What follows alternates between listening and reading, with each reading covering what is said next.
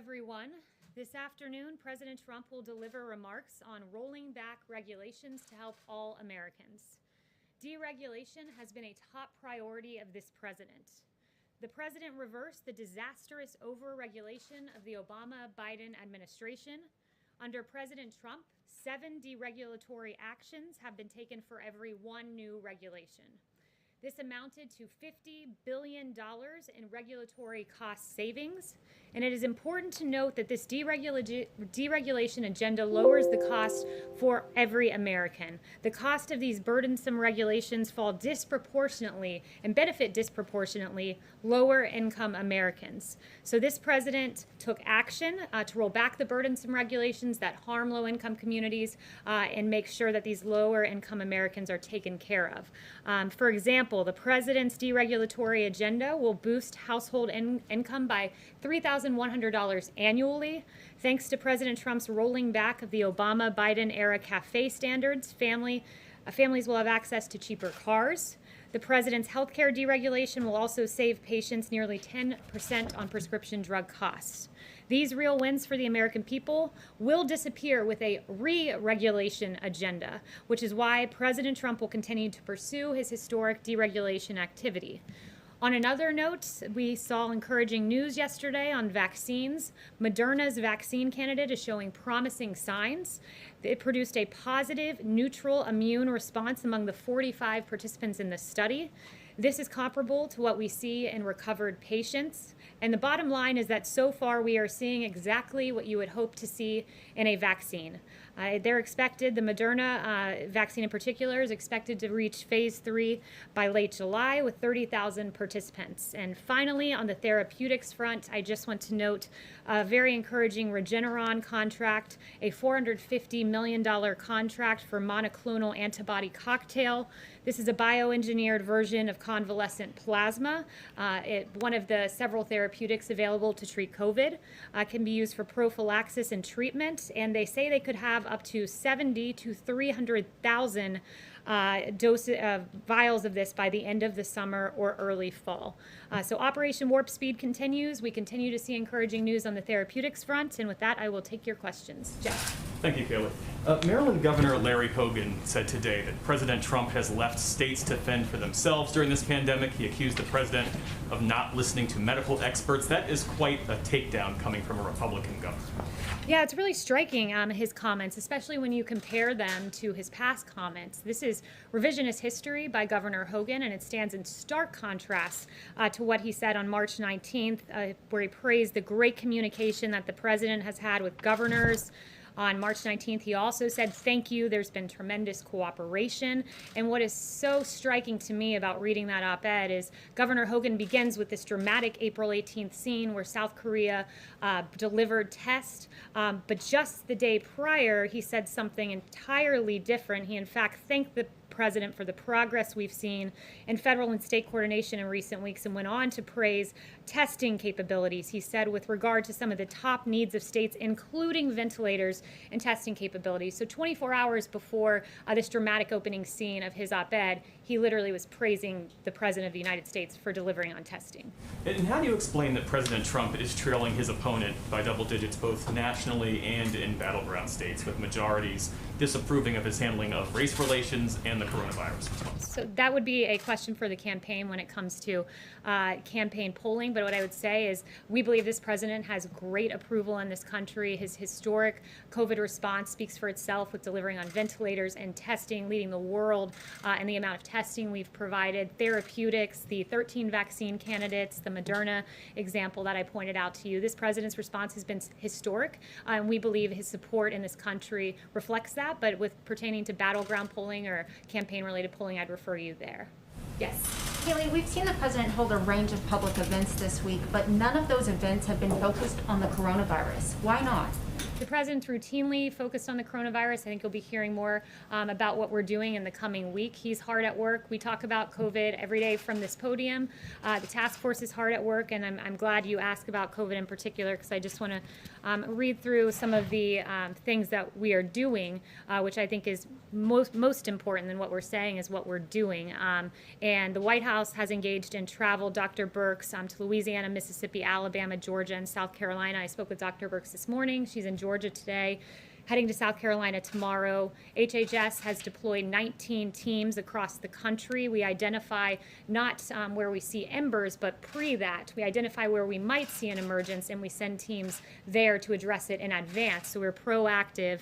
Dr. Birx routinely sends real-time data to governors. She gives them governors' reports on remdesivir. We've surged it to Texas, Florida, California, Arizona. 65,000 vials went to these 4 states, and we're also surging testing sites. So we're doing stuff each and every day. But Kayleigh, surely you would agree this is the biggest challenge facing the public right now. Why aren't we seeing it as the president's biggest public priority? The big press conference, if you will, or an avail in the Oval Office about MS-13. COVID is something that we're focused on. It is a top priority of this administration. It's why the task force meets. It's why I mentioned to you we're taking all those steps. But there are other things the president has to focus on, namely Democrat cities not controlling their streets, namely the mayor of Chicago, people dying on the streets of her city every weekend, and the president sent her a letter saying you must secure your city. The president's involved in Operation Legend in honor of Legend Taliaferro, a young man who lost his life, sending federal assistance to St. Louis, a city that has asked for our help, and he's shown up. The president's focused on MS-13, who tragically maimed and killed those 2 young little girls, and he's held their killer accountable, the leader of that ring. So the president's focused on COVID. It's a top priority. He's focused on the violence in the streets. He's doing a lot of things at once, and that's the great thing about the Trump administration. Quickly, when's the last time he attended a task force briefing? The president is briefed on coronavirus each and every day. Yes, Darlene. Thank you. Does the White House agree that it's not helpful for people to wait 7 days or longer to get the results of their coronavirus tests? And is the White House going to do anything to try to shorten those wait times so that people can get their results sooner? So we've done more than any country in the world on testing. There's no doubt about that. 42 million tests. The country with the next highest number is India at 12 million. There are various different types of tests in this country. Some take longer to process than others, but we have surged testing to the states. We encourage them to use it to their best ability and to process those tests as quickly as possible. Yes, Thank you.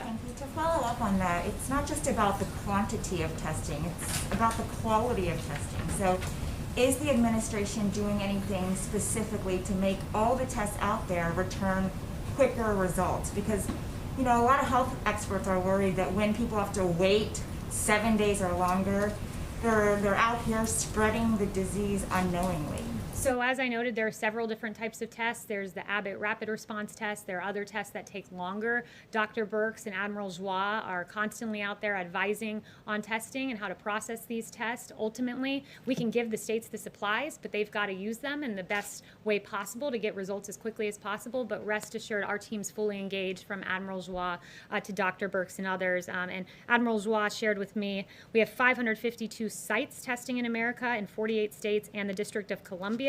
65% of these sites are located in counties with moderate to high social vulnerability, and 201 additional sites will be going live this week, and that's on top of the 1,300 federally qualified health centers that are out there testing as well, and the commercial testing sites at CBS. I have another question. Kayleigh, in an interview with CBS News, President Trump said more white people are killed as an answer to why black people are still being killed by police officers. But by population percentages, black people are about 3 times more likely than white people to die in a police encounter. If the president won't even acknowledge that, how can he fix the problem? The president has routinely acknowledged and expressed the absolute atrocity of the case of George Floyd, and his heart goes out to that family still.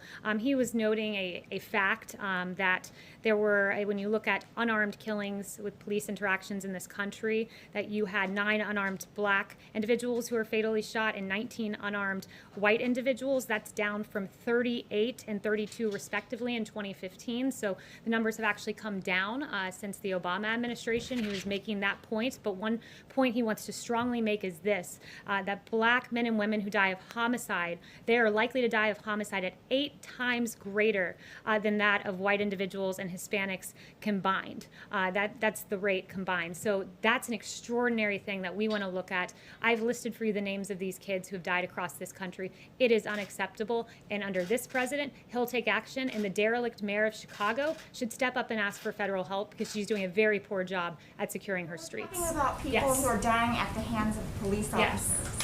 Is the president considering travel bans for members of the Communist Party to enter the U.S.? And is he concerned about escalation of tensions with China? So I have no announcements on that front, but rest assured we keep every option on the table with regard to China. Has he ruled out any options at all? He's not ruled out any options with regard to China. Yes. Jeff. Thanks, Kayleigh. Does the White House have a reaction to the hacking of Twitter last night? And do you have any broader concerns, or does the president have any broader concerns about using that platform to issue not only his own opinions, but official policy pronouncements, given its apparent vulnerability to hacking? Yeah, so I spoke with Dan Scavino before coming out here. My team did, and Dan has been, and his team in digital have been in constant contact with Twitter over the last 18 hours to keep Twitter secure, the president's Twitter feed. The president will remain on Twitter, but his account was secure and not jeopardized during these attacks. Okay, and just one follow-up to Luigi's question. I guess I didn't follow the data that you were just referring to. Are you saying that the president did have data to back up his claim that more white people are killed by police officers than black people? Yeah, and I've already read out that data to you. I don't think we Yes. followed it.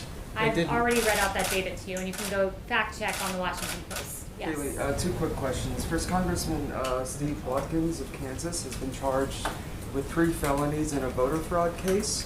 Obviously, the president campaigned with him in 2018, and he's repeatedly expressed concern with voter fraud. So, does he have a reaction to that?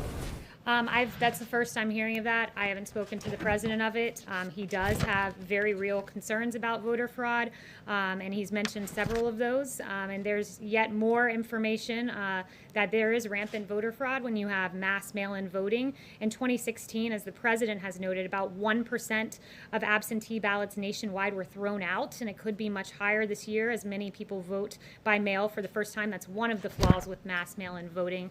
But beyond that, we've seen a number of reports out of New Jersey that found a U.S. Postal Service vehicle that may have been carrying mail-in ballots that was caught on fire, this truck. This was recent. Also, in the New Jersey Star-Ledger on June 22nd, this was very striking. 500 to 700 Republicans received ballots with all Democrat candidates. They were erroneous mail-in ballots that had been voided and then reissued. And the slate of candidates on these ballots was all Democrat from Joe Biden down to dog catcher, and these were supposed to be Republican ballots. Those are 3 recent examples, and there are many more. A quick second question, Kayleigh. When the president made the initial decision to move the Republican National Convention from Charlotte to Florida, he said that it was because the North Carolina governor was in a shutdown mood and that he was playing politics because he didn't want to pack an indoor stadium to full capacity. He also said that the cost to North Carolinians would be, and I'm quoting the president now, all of the jobs and the economic development the convention would bring. So all of that money, all of that time, all of that cost to jobs and economic development to North Carolinians for the same result, right? Because they're shrinking the convention in Florida. What does the president have to say to North Carolinians? The president loves the people of North Carolina. They're well aware of that. The president wanted to be able to hold his convention, which is why it was moved to Jacksonville. And for anything further, I'd refer you to the RNC. Yes. Thank you, Kayleigh. The president has talked about an executive order on immigration coming soon. He's also talked about protections for DACA recipients. It's been unclear, though, whether those protections, the path to citizenship that the president talked about, will be included in the executive order. So I was hoping you could clarify Will the path to citizenship protections for DACA be part of the executive order? So what I would say is this, as the president announced, he's working on an executive order to establish a merit-based immigration system. That will be the intent of the executive order. But the president has long said that he would look for a legislative solution on DACA, and he would work with Congress to pursue that legislative solution, and one that could include citizenship, along with other strong border security and permanent merit-based reforms. So that is something he would work with Congress on. Yeah, and the executive order would pertain to the merit-based portion of that. A second question on the schools. The vice president talked about some of the new guidelines or new pages of documents for CDC coming out this week. Is that still the plan? Are those going to come out this week? Is there any chance that this is being rethought at this time?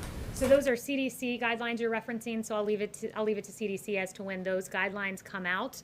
But we really would like to see schools open. As has been clear, we don't think our children should be locked up at home with devastating consequences when it's perfectly safe for them to go to school, as emphasized by many medical experts. So the president is very keen on seeing schools reopen. It's the only thing that's fair to America's children.